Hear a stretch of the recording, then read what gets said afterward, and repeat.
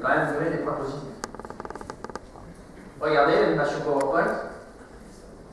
Ok, la flèche qui bouge.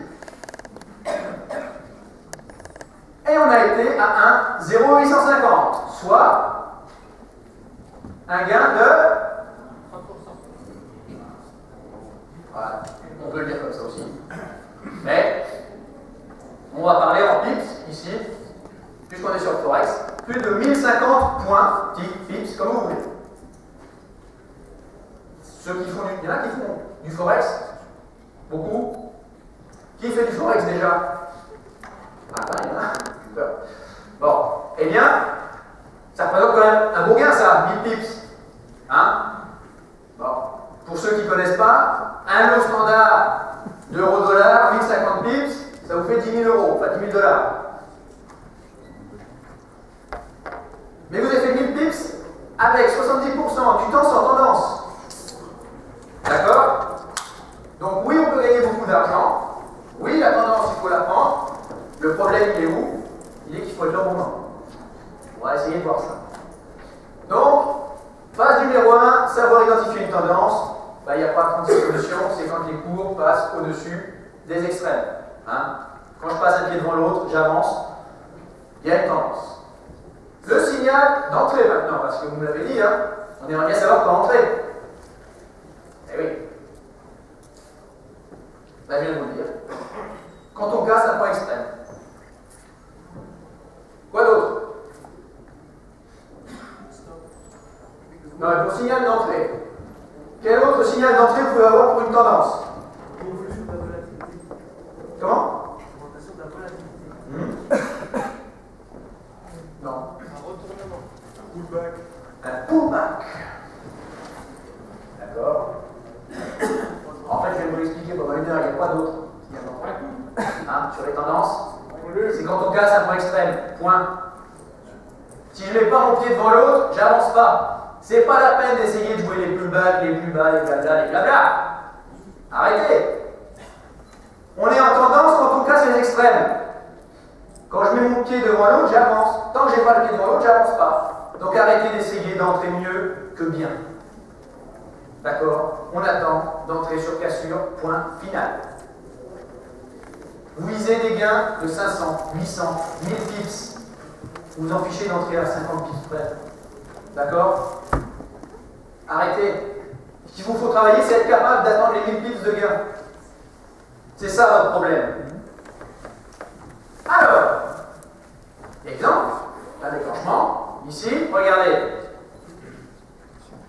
Toujours, alors ça c'est sur le, je pense, dollar yen. On avait un plus bas cette semaine-là. On est entré sur cassure, c'est un exemple de trade. Mais bon, vous le verrez tout à l'heure. On est entré sur cassure sur cette bougie-là. Chaque bougie représente une semaine. C'est long, hein, une semaine, hein, pour les mecs qui restent devant leur écran toute la journée. Oh là, il y en a un paquet qui sont connus quand même. Ok, donc on a cassé cette semaine-là. Et alors 3 semaines, c'est encore plus long. Surtout quand on perd. Vous voyez? Et donc là, on a 3 semaines où après notre cassure, finalement, on est perdu. À la vue de ce qui se passe après, est-ce que ça valait le coup d'attendre? Je pense. Vous voyez? La tendance baissière s'est déclenchée. Mais non, ça arrêté là, après une tendance baissière. Ah! Pourquoi? Parce qu'il y a des toiles du soir. Oula! Ah, ça y est, j'en ai un. J'en ai un. Il est où? Il est où? Ah, il est là. Donc, il y a une étoile du soir, hein? Pas ce que c'est, moi, mais. Qu'est-ce qui se passe? On change d'heure, ça impacte ou pas? Non, c'est bon? Je rigole. Mais oui, il y a une figure graphique. C'est d'ailleurs la base de la stratégie que je vais vous expliquer tout à l'heure. Ce que je voudrais insister, c'est pas le déclenchement et vous dire que mon signal était bon, parce que ça ne vous apporte rien. Ce que je vais vous dire, c'est que les 3 semaines, là, ils sont longs. Et votre position, elle est en rouge. Il y a des gens qui sont abonnés à mes services. J'ai du potentiel. Ah, qui là-bas? Ah oui, les fixed profit traders. Non? Les systèmes. Oui. Ok, très bien. Alors, parfois, il y a des positions en swing trading qu'on prend. Il y en a une il n'y a pas très longtemps. Sur le dollar australien, justement. qui a passé à peu près 3 semaines également dans le rouge. Alors là, les emails fusent. Mais pourquoi? Et comment? Il n'y a pas de réponse, hein. Il y a eu un signal, je l'ai pris. Et là, finalement, ça s'est bien déroulé, ça s'est accéléré. L'enjeu pour vous, si vous avez compris qu'il faut avoir une stratégie bien définie, une stratégie systématique et que vous devez respecter vos règles, l'enjeu pour vous, il n'est pas sur la plateforme, le nombre d'écrans que vous allez avoir devant vous, etc. Il est sur savoir laisser une position 3 semaines dans le rouge. Ce que la plupart d'entre vous ont du mal à faire, et c'est bien normal. Mais ça vaut quand même le coup. D'accord? Donc voilà typiquement déclenchement de breakout. Ce mouvement est tendu uniquement des flux de marché, hein, un pullback, comme on vient de le dire tout à l'heure, uniquement parce qu'il y a des stop-loss qui sont déclenchés, des repositionnements. Et donc, avant qu'une phase d'accélération se mette en place, il y a toujours ce mouvement-là. Toujours. Et ce mouvement-là, c'est le mouvement préféré des professionnels parce qu'il mange plein de petits particuliers. Hein? Parce que vous dites, oula, je me suis trompé. Je me suis trompé, je coupe vite. Et après, vous dites, ah, le broker. Allez, donc vous voyez, cette phase-là, elle est compliquée pour vous, et c'est bien normal, il faudra apprendre à la gérer. Ça, c'est la psychologie. Petit exemple d'un trade, vous allez voir, en vidéo, si ça veut bien marcher.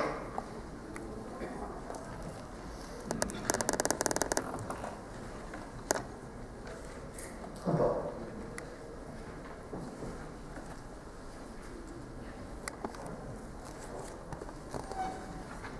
Ça va venir. Ne vous affolez pas.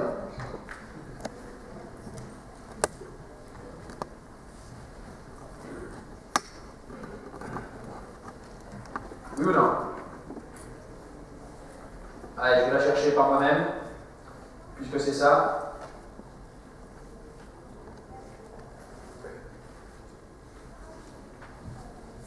Alors, regardez bien cette vidéo.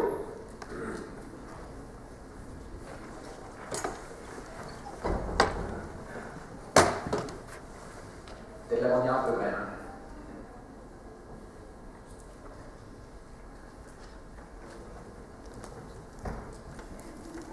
Il est fatigué, hein, samedi.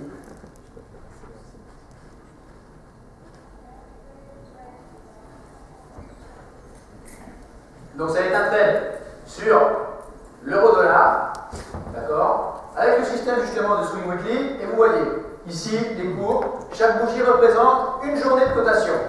Ici, un premier ordre de vente, la bougie rouge. Ici, deuxième ordre d'achat. Ici, troisième ordre à la vente. Ici, encore un ordre à l'achat. Vous voyez? Donc ça représente à chaque fois une semaine d'attente. Hein?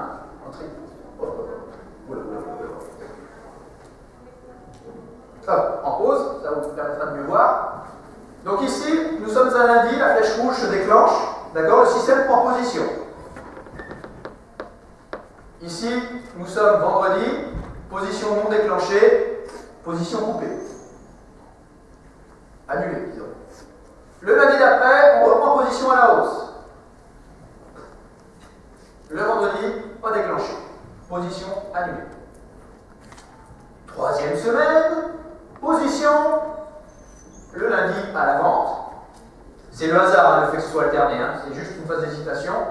Le système lui essaye d'anticiper tout ça sur des signaux, mais une nouvelle fois, la troisième fois, pas déclenché. Et la quatrième, vous le voyez ici dans le cercle, mise en place le lundi, et à la fin de la semaine, toujours rien, ça fait un mois que ça dure, il y en a marre. Le robot lui dit pas ça. C'est vous si vous le faites à la main. Mais là, on a pris 4 positions, ça n'a pas marché, on est resté serein, on en a encore pris d'autres. Je vous laisse apprécier la suite. Regardez bien. Position ici le lundi, déclenchement, d'accord, le pullback que je vous ai montré, c'est pas le même, hein, mais c'est le même phénomène. Et qu'est-ce qu'on fait ensuite? Ah, il y a 4 semaines, non 4 jours. 4 jours à coup. Bien. Donc vous le voyez ici, hein. On a annulé cette position-là. Ces 4 là sont annulés. On avait pris position ici, d'accord? On a été déclenché la phase de pullback et l'accélération.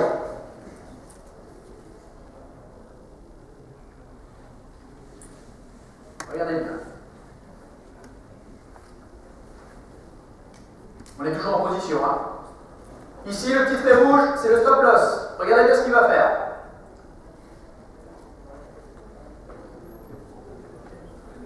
On l'a déjà descendu, donc on protège. Hein. Le stop s'est abaissé tout seul. On protège le gain ici. Et regardez bien ce qui va se passer.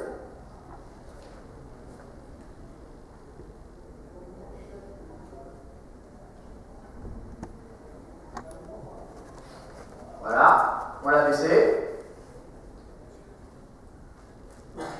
Et ensuite, il va baisser progressivement, d'accord, au fur et à mesure que l'on gagne. C'est un trailing stop que certains doivent connaître, d'accord. Et là, on a protégé notre gain, on est serein, et on laisse courir. Ok? Vous voyez ici? Qu'est-ce qui se passe ici? On était à la vente, et en même temps, on reprend une position à l'achat. Parce que le système pense avoir identifié une éventuelle phase de retournement au moins de correction. Donc, ici, on a notre stop loss de la vente qui protège notre gain entre là et là. Ici, notre point d'entrée à l'achat, avec ici le stop loss de l'ordre d'achat. Mais comme la tendance continue, l'ordre d'achat est annulé et le stop loss de la vente continue de s'abaisser, protégeant notre gain de plus en plus. Et encore, et encore, et encore. Finalement, une correction se met en place. Notre stop loss est touché, trailing stop plutôt même je devrais dire. Résultat, ici, alors on est à 1,32,011 exactement. Vous pouvez vérifier sur vos graphiques, hein, c'était au mois d'avril 2010. Et ici, 1,32,011, 1,22,14. Combien? 1000 pips. Point final. Alors, la leçon de cette vidéo, c'est quoi à votre avis? De vous montrer que je suis capable de gagner 1000 pips? Bon, c'est pas très grave, mais c'est pas l'idée. Et on n'a rien perdu, on n'a pas été déclenché. Mais c'est le point où je veux venir. Regardez, elles sont là. Les 4 positions précédentes, vous voyez, pour ceux qui ne connaissent pas MetaTrader, ici, la flèche, c'est le moment où était positionné l'ordre. L'autre flèche dans l'autre sens, c'est le moment où elle a été annulée parce qu'elle n'a pas été déclenchée. D'accord? Comment? Ici, le lundi, on positionne un ordre d'achat en cas de cassure de ce niveau-là. On ne viendra jamais casser ce niveau-là dans la semaine, on annule la position. Même principe pour les autres. D'accord? Je ne pas trop. Mais c'est ça l'idée. Donc ici, on va revenir après sur des pertes. Hein. Je ne vais pas vous montrer que le truc vous le gagne, ce serait inutile. 4 ordres non déclenchés en 4 semaines. Un step, 1000 points. Là, vous avez, vous voyez, cette balance qui psychologiquement est difficile à gérer. Il faut être capable de rester longtemps sans prendre de position. On verra après même parfois de perdre à plusieurs reprises avant d'avoir le trade qui va vous faire gagner. Un bon suiveur de tendance en swing trading, il a besoin de 3-4 positions pour vivre. Hein. C'est tout. Hein. 3-4 positions gagnantes, ça suffit. J'avais un client ici hier, lors de ma dernière conférence, qui a témoigné, merci à lui d'ailleurs, que l'année dernière, on a fait notre performance, on a doublé notre performance sur la dernière semaine de décembre. Une semaine, on a doublé la performance de l'année. Parce que c'est le lot quotidien d'un suiveur de tendance. Arriver à faire beaucoup de performances en peu de positions, et toutes les autres positions, il faut juste gérer les pertes. Si vous n'avez pas compris ça, ne faites pas de suivi de tendance. Vous allez vous planter. D'accord? Alors ça, c'était l'exemple où, par la magie, j'avais 4 positions non déclenchées. Vous allez voir ensuite comment ça se passe quand on a plutôt des pertes. Et on en vient à la phase numéro 3. Phase numéro 1, identifier la tendance. Phase numéro 2, le signal d'entrée cassure d'un point extrême, il n'y a pas d'autre solution. Phase 3, on va filtrer un peu tout ça pour arriver à être meilleur.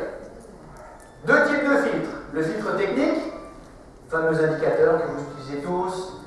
Moi, je suis plutôt un analyste purement graphique, c'est-à-dire que je vais utiliser purement les prix, hein, les bougies. Vous regardez ce qui se passe, identifiez les rapports de force. Ça, c'est un premier filtre, essayez d'améliorer son entrée. Filtre mathématique, le money management, oulala, la gestion des risques. Aïe, j'ai dit un gros mot? Ah oui, j'ai dit un gros mot. Hein. Qui parmi vous a perdu de l'argent parce qu'il n'a pas calculé correctement sa taille de position? J'en vois qui sourit comme ça. Ah, je suis pas bien. Qui? Allez-y, mais ça arrive à tous de toute façon. Hein. Tous ceux qui lèvent pas la main, c'est des menteurs. Ce sont des menteurs. Bon. Alors, pour un suiveur de tendance,